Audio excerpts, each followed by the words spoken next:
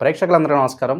ఈరోజు మన స్టూడియోలో ప్రముఖ ఆధ్యాత్మికవేత్త, ఆస్ట్రాలజర్, దత్తాత్రేయ గణపతి ఉపాసకులు మురళీధర్ శర్మ గారు ఉన్నారు. గురువుగారితో మాట్లాడేద్దాం. నమస్కారం గురుగారు. మహాదేవ శ్రీమాత్రే నమః. గురుగారు, సరస్వతి పుష్కరాలు ప్రారంభం అవబోతున్నాయి. మొన్నటి వరకు కుంభమేళ ఫేవర్ నడిచింది. సో అక్కడికి వెళ్ళిపోయారు తెలుగు రాష్ట్రాల జనం, దేశం అంతా వెళ్ళారు, అక్కడ పుణ్య స్నానాలు ఆచరించారు. ఇప్పుడు అక్కడికి వెళ్ళలేని వాళ్ళు ఈ సరస్వతి పుష్కరాలను ఎలా వినియోగించుకోవాలి? ఏమన్నా దోషాలు ఉన్నా కూడా మనం ఈ సరస్వతి పుష్కరాలతో ఏం చేసుకుంటే బాగుంటుంది గురుగారు? దోషాలు అని కాదు, కానీ ఇక్కడ మనకు వాస్తవానికి కూడా మిథునంలోకి గురువు వచ్చినటువంటి సందర్భాలలో మనకు కాళేశ్వరంలో పుష్కరాలు అనేటువంటివి, అది సరస్వతి పుష్కరాలు అనేటువంటిది రావడం జరుగుతుంది. సో ఈ పుష్కరాలు అనేటువంటివి ఎంతో విశేషము. ఇట్టి పుష్కరాలలో మొన్న కుంభవేళ పోయినటువంటి వారు కానీ, లేదా కుంభమేళాకు వెళ్ళినటువంటి వారు, వెళ్ళనటువంటి వారు అందరూ కూడా ఖచ్చితంగా ఇక్కడికి వెళ్ళి స్నానాది కార్యక్రమాలు ఆచరించడం వల్ల ఒక విశేషమైనటువంటి పుణ్యం అయితే మనకు రావడం జరుగుతుంది. తెలిసి తెలియక చేసినటువంటి పాపాలు అవి తొలగిపోయి మనకు కొంత ఫ్రెష్ ఆరా అనేటువంటిది క్రియేట్ అవుతుంది, ఒక ఎనర్జీ అనేటువంటిది ఫామ్ అవుతుంది. అది 100%.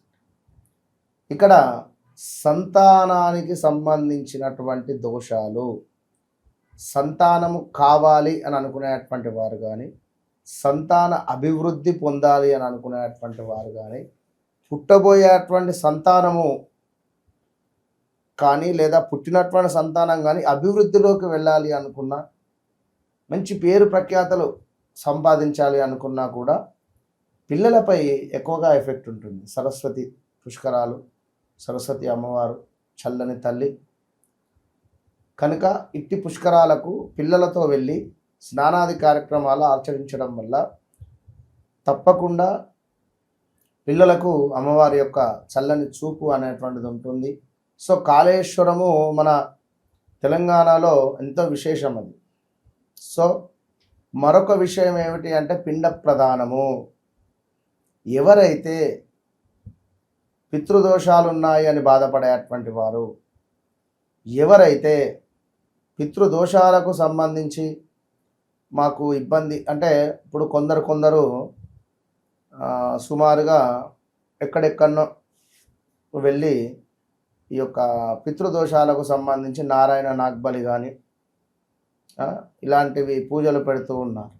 చాలామంది కూడా గోకర్ణ లాంటి క్షేత్రాలకు తీసుకువెళ్ళి చేయించుకోవడం జరుగుతున్నది. ఇక్కడ ఏమిటి అంటే మనకి ఇక్కడ చాలా తక్కువలో, మనకి ఇక్కడ కాళేశ్వరంలో చాలా తక్కువ బడ్జెట్లో నారాయణ నాగ్బలి కానీ, పితృదేవతలకు సంబంధించినటువంటి కృతువులు కానీ ఏదైతే చేయించాలనుకుంటున్నారో వారందరూ తప్పకుండా కాంటాక్ట్ కాగలరు.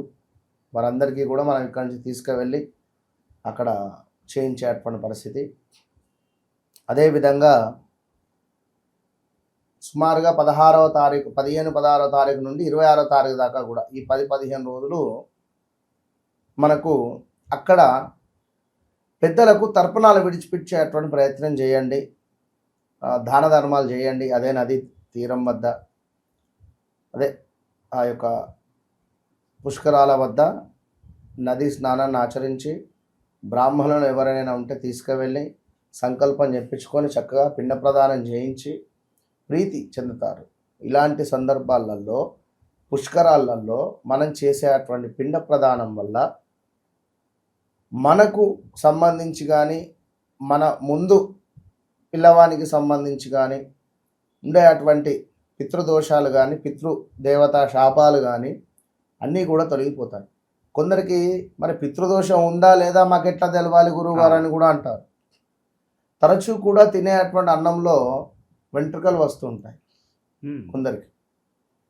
కొందరికి తరచూ భుజించేటువంటి ఆహారంలో వెంట్రుకలు వస్తూ ఉంటాయి.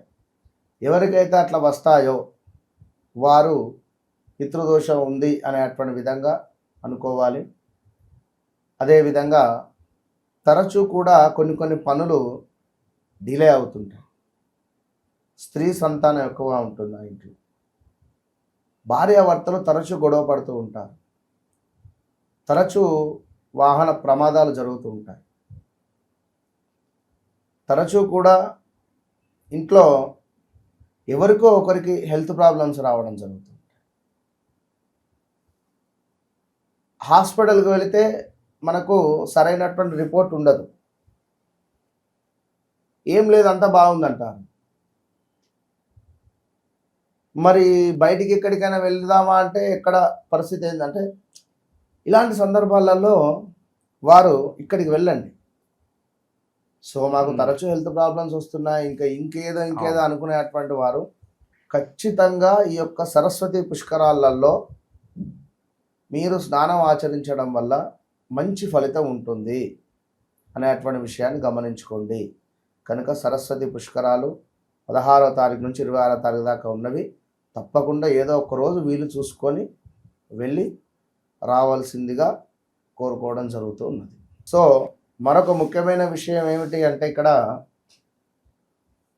మనకు ఈ యొక్క 16, 15 నుండి ప్రారంభమైనటువంటివి సుమారుగా చూసుకుంటే మనకు 26 ఉదయము 11, 12కి అమావాస్య ప్రారంభమైంది. కనుక ఎవరైనా కూడా ఇక్కడ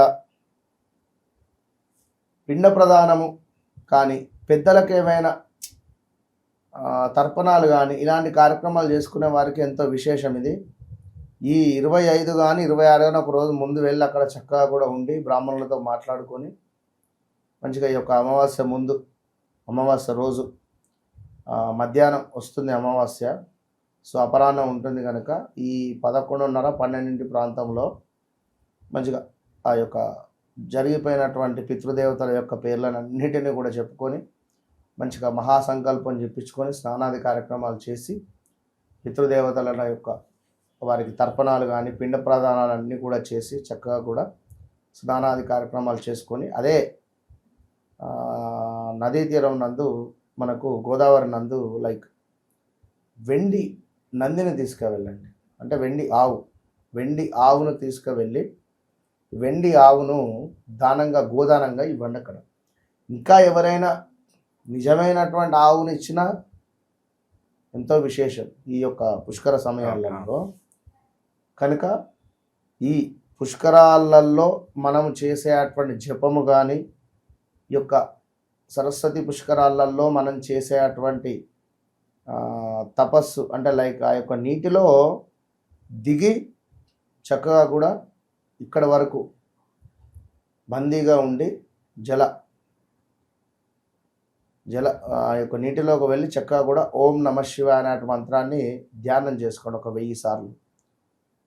ఇది నీటిలో తపస్సు చేయడం వల్ల ఎంతో విశేషమైనటువంటి పాపకర్మాలన్నీ కూడా తొలగిపోయి అది కూడా పుష్కరాలు వచ్చినటువంటి నీటిలో అద్భుతమైనటువంటి ఫలితం మనకు వస్తుంది.